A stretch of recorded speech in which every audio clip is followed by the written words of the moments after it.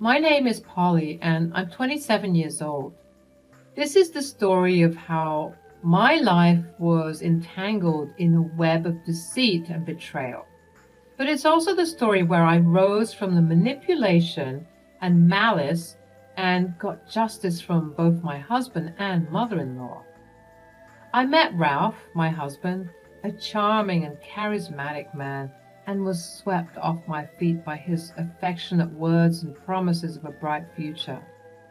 We fell madly in love and soon tied the knot, believing that our love would conquer all. However, little did I know that our love story would take a treacherous turn. The source of my torment was none other than Ralph's mother, Martha. From the beginning, she harbored a deep resentment towards me, viewing me as an intruder in her son's life. She was one of those mothers. Someone needs to do some deep psychosocial research into why these types of mothers act the way they do, because this is getting out of hand. Ralph had been providing Martha with his entire salary for the past 7 years. Yep, he was one of those sons, leaving our own financial stability hanging by a thread. It was a betrayal that cut deep, tearing at the very fabric of our marriage. I begged and begged him throughout the years to stop doing it, but he would always brush me off, indicating that his mother took precedence over the new family he was trying to build. Unfortunately, though, I didn't do much to stop it. You might be wondering why that is, and well, I was 20 years old at the time we got married. I was a kid, a bumbling, naive little girl who thought that one day my husband would simply realize his wrongdoings and change because his love for me simply ran that deep. I know, I was a fool to feel this way, but I didn't know any better, and unfortunately I was too afraid to speak up against both Ralph and Martha. The two of them apparently were a package deal, and their being arrogant and hot-headed was not a good combination. They were a mighty force of evil and destruction, and it took me 7 years to properly figure that out. As the years went by, the tensions between Martha and I escalated. She would belittle me at every opportunity, making it clear that I was not welcome in her house or her life, and that my being in her presence was a privilege that many could not afford. I would try and raise my concerns to my husband, but he shunned me each time, not caring that I was being verbally and emotionally abused by this woman. This made him complicit in the torment, and for that, I couldn't forgive him either. One fateful day when Ralph lost his job, the true extent of her animosity became painfully clear.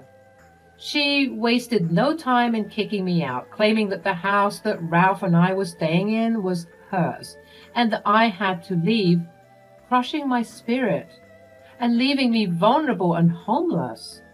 Really, Martha, you hate me that much? How can you kick me out of a house that isn't even yours?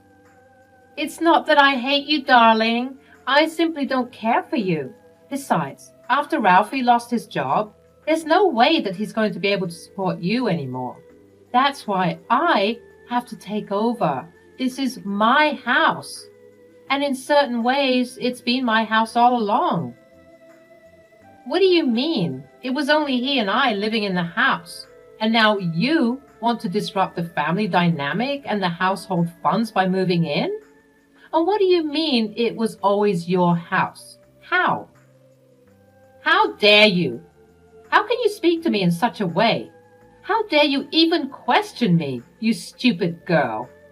You don't need to know the details of anything, considering you're no longer a resident here.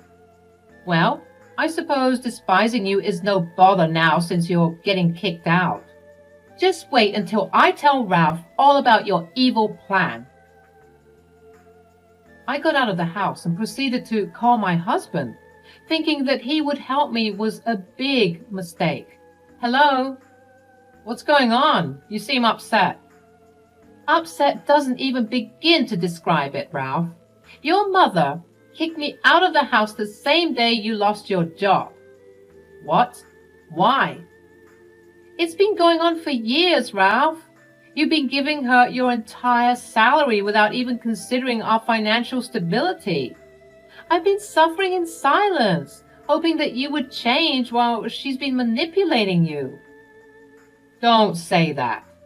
She's done no such thing. Someone who's been manipulated doesn't know they've been deceived until they wake up from their deception. And you, my dear husband, are still under her spell. I swear to God, Polly, if you continue to speak about my mother that way, you'll what? You'll give her all of my money too? You need to stop being so delusional and see that the way your mother is treating me isn't right. How can you sit there and not do anything? I'm your wife, damn it! Enough! It's no wonder why she kicked you out of the house. Excuse me? You heard me. I won't stand for you disrespecting her and me this way. Now pack up all of your crap and get out of my mother's house right this instant. I couldn't believe what I was hearing. Did I transport myself to another dimension where treating your wife like a cockroach was a sign of love and affection? Certainly not. But why was he talking to me like this? Without saying a word, I returned to the house to find a smirking Martha, laughing and showing off that her new house was all hers, and that I was finally leaving her and her son alone. I thought it best to keep my mouth shut, and trust me, it took all the strength in my body to do so, and just pack my things silently so that I could leave without going to jail for what I might have done. As much as I was angry, I was also obviously hurt and confused. What sort of mother-in-law would treat her daughter-in-law this way? I sought refuge with a friend, nursing my wounds and gathering the shattered pieces of my life. The despair fueled a fire within me, a determination to seek retribution for the injustice I had suffered. I couldn't let Martha's actions go unanswered. I also couldn't let my stupid husband Ralph off the hook either. They both had to pay. My friend kept on telling me how I couldn't let these actions go unpunished. She was only fueling the fire further, and so I decided to return to the house to give that lady a piece of my mind. For the second time that day, I stood in front of Martha's house, my heart pounding with a mixture of nervousness and determination. It was time to confront her and make her face the consequences of her actions. As I stepped inside, a wave of memories flooded over me. This house had been a place of pain, of manipulation, but very soon it would become a symbol of my victory. "What are you doing here, Polly? You have no right to be in my house." "Oh, I think you'll find that I do, Martha. After all, it was your actions that led me here." Martha's face contorted with surprise and disbelief. She had expected me to cower, to run away defeated. But little did she know I had found my strength. "You think you could just waltz in here and take what you want? You're nothing but a leech, Polly." "No, Martha. I'm no longer the timid woman you could manipulate. I've grown stronger, and I've had enough of your games. You used my husband's salary to build this house, and now it's time for me to take control." "You're delusional if you think you can outsmart me. I've been manipulating people my entire life." "Manipulation may be your specialty, Martha, but today the tables have turned. You underestimated me, just as you underestimated the power of a woman who has been pushed to her limit." As we engaged in a battle of words, the tension in the room grew palpable. This wasn't just a confrontation between two individuals. It was a clash of wills, a fight for justice. You may have won this battle, Polly, but the war isn't over. I'll make sure you regret this. We'll see about that, Martha. I've spent years living under your shadow, enduring your abuse. But today I'm reclaiming my life, my happiness, and my freedom. Your reign is over. Have the day you think you deserve. With those final words, I turned away from Martha, leaving her stunned and defeated. As I walked out of the house, a sense of triumph filled my heart. It was a small victory, but it was a step towards a future free from manipulation and pain. The road ahead would still be challenging, but I was no longer afraid. I had confronted my tormentor, and in doing so, I found my strength. I believe in the power of karma, and boy, oh boy, did I find something that I could use to my advantage. As I was leaving the property, I saw a couple of contractors hammering in a big red sign that said, "Auction," on my mother-in-law's front porch. Was she auctioning off the place? So soon? But why? This obviously piqued my curiosity, and considering what I knew about her shady business deals, her auctioning off the house might have been part of her ploy all along. What if she was trying to cover her tracks by selling the house? I returned to my friend and revealed the new information. She too thought that everything was just a bit too shady. But I was lucky to find her doing this because that was when I thought of the perfect revenge. I did some more research to confirm if Martha was indeed auctioning off the house, and it was true. She was holding an auction for it, and it was happening the very next day. This made my suspicions grow more and more. I knew that I had to sabotage it somehow and get to the bottom of whatever shady practice was going on. The next day, I stumbled upon an auction notice for Martha's house. It was a stroke of fate, an opportunity to turn the tables and regain control over my destiny. With a newfound sense of purpose, I meticulously planned my revenge. I studied the housing market, calculated the maximum bid I could afford, and prepared myself to confront Martha in the most unexpected way. Little did Martha know that I had risen from the ashes, transformed by the strength that adversity had bestowed upon me. I walked into the auction room, my heart pounding with a mixture of nervousness and determination. But of course, I was stopped by the people who had made my life a living hell for the past 7 years. "Oh, for the love of... What are you doing here? You're obsessed with us, aren't you? I told you not to be here. I'm still very upset with you." "Yeah? Well, the feeling is mutual, believe me. I'm here for the auction." They both gasped in unison.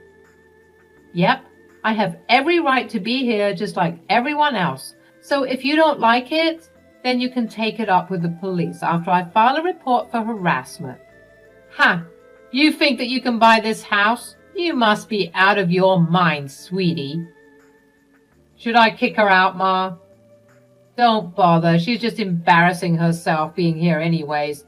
It's not like she can afford this place." "We'll see about that." We both stormed off to our designated locations, and Martha was glaring at me. I kept my composure, though, trying my best to fit in with the crowd. As the bidding began, I locked eyes with Martha, a glimmer of defiance and triumph shining in my gaze. The atmosphere in the auction hall was charged with anticipation. Bidders eagerly gathered, their eyes fixed on the stage where the prized house would soon be up for grabs. I stood there, my heart pounding with a mix of nerves and determination. "Ladies and gentlemen, we have an exquisite property on the market today. Up for auction is a beautiful mid-century modern house with a Ralph history. Let the bidding begin." As the bidding commenced, I played my cards strategically. Knowing Martha's shady financial past, I had discreetly leaked information about her alleged embezzlement, casting a shadow over the property's reputation. Potential buyers hesitated, unsure of the risk involved. It was my chance to strike. We have a bid of $200,000. Do we have any higher bids? Crickets. No one raised their paddle. What is happening? Why aren't people bidding higher? This is my house. Looks like your secrets have a way of catching up to you, Marfa. No one wants to buy this house at a higher price because of the shadiness behind it all. Marfa's face turned red with fury as the realization dawned on her. She was losing control. Just as she had tried to control our lives for years. I could see the panic in her eyes, a glimpse of vulnerability that had been hidden beneath her incessant manipulations. Polly, we need to talk. This isn't right. Save your apologies, Ralph. It's too late for that. You had 7 years to stand up for me, to prioritize our happiness. Now it's time for me to take charge of my own life. You conniving little... Save your insults, Marfa. Your reign of control ends here. This house will be a symbol of my victory, a reminder that I will no longer be silenced or cast aside. I put up my paddle, and the auctioneer said, Do I hear 300? 300,000, folks. No one? Okay. $200,000 going once, twice, and it's sold. And just like that, a house that was well worth over $1 million at this point was stolen for $200,000, and it was all mine. I couldn't believe it. People began to make their way to the exit, unimpressed with the way that things turned out, considering the news of the alleged embezzlement reaching their ears only shortly before the bidding. Martha's face twisted with anger and disbelief. She lashed out, desperate to regain control over the situation. You think you've won, Polly. This house means nothing. You'll never be able to afford its upkeep and taxes. You'll regret this. Oh, Martha, don't worry about me. I have plans in place, and this house will be a stepping stone to a better future. As for regrets, well, they belong to those who've lost everything, just like you. With those final words, I turned my back on Martha, leaving her seething with rage. She was screaming and crying as Ralph was trying to console her, but honestly, they just looked like a whole mess. The victory was mine, and it tasted sweeter than I could have imagined. As I walked away from the confrontation, a sense of liberation washed over me. I had reclaimed my power, broken free from the chains of manipulation. Ralph tried to approach me, his face filled with remorse and desperation, but I held my ground, refusing to be swayed by his empty promises. It's over, Ralph. I won't be a pawn in this toxic game any longer. We're done. I'll send over the divorce papers once I settle down in my new home. But where will we live? Honestly, you need to be worrying more about that embezzlement accusation than anything else, because at this rate, the both of you will be living in jail. Polly, don't do this. Too late. Already did it. Have a nice life, Ralph, and tell your mother that rage is so not her color. At this, Martha appeared to shriek some more. She was completely furious, and I was enjoying every bit of it. She did her best to deal with the embezzlement claims, but at this rate, even if they were true or not, it didn't matter. Her image had already been dragged through the mud, considering her not-so-savory outburst during the auction. People saw an unhinged and aggressive woman, and they wanted to steer clear of that as best as possible. With my head held high, though, I walked away from the crumbling remnants of my past. The confrontation had marked a turning point in my life, a moment of clarity and strength. I knew there would be challenges ahead, but I was ready to face them with a newfound resilience. Revenge had brought me to this point, but it was self-empowerment and the pursuit of my happiness that would carry me forward. The aftermath of my revenge left an indelible mark on all our lives. As the highest bidder, I now owned Martha's house, the very same place she had kicked me out of. It was a bittersweet victory, a symbol of my triumph and resilience. I poured my energy into building a new life for myself, one where I was in control of my destiny. I established a small business selling crocheted clothes, pouring my creativity into every stitch. Word spread quickly and my business began to thrive. The community embraced my creations and my customer base grew steadily. Thank you all for supporting my business. Your love and encouragement mean the world to me. As my business expanded, I found myself in the market for more properties.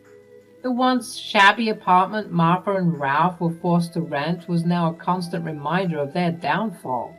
No one in the community trusted them, and they had become outcasts among the people.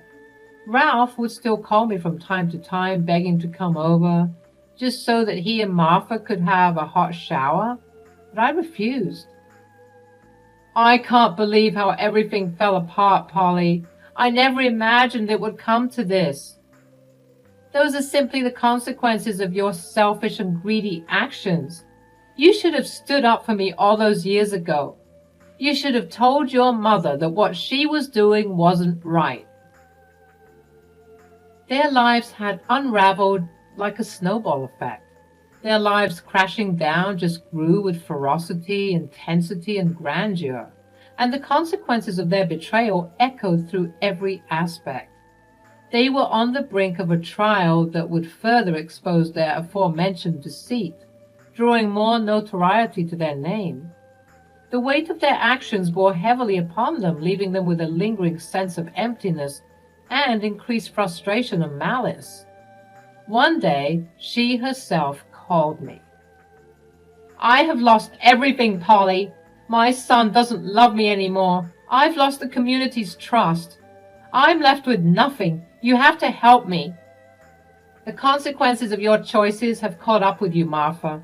But this was never solely about revenge. It was about seeking justice and reclaiming my power. I hope that you get everything that you deserve, be it good or bad. The community rallied behind me, offering support and admiration for my resilience, which also brought in more customers to my business. Through my success, I found a newfound understanding of my own strength and determination. The sense of closure I had yearned for was finally within my grasp. As I gazed upon the properties I now owned, I realized that revenge had propelled me forward. But it was my perseverance and resilience that brought me true fulfillment. The past had shaped me, but it would no longer define me. With each passing day, I embraced the beauty of my journey, leaving the shadows of betrayal behind.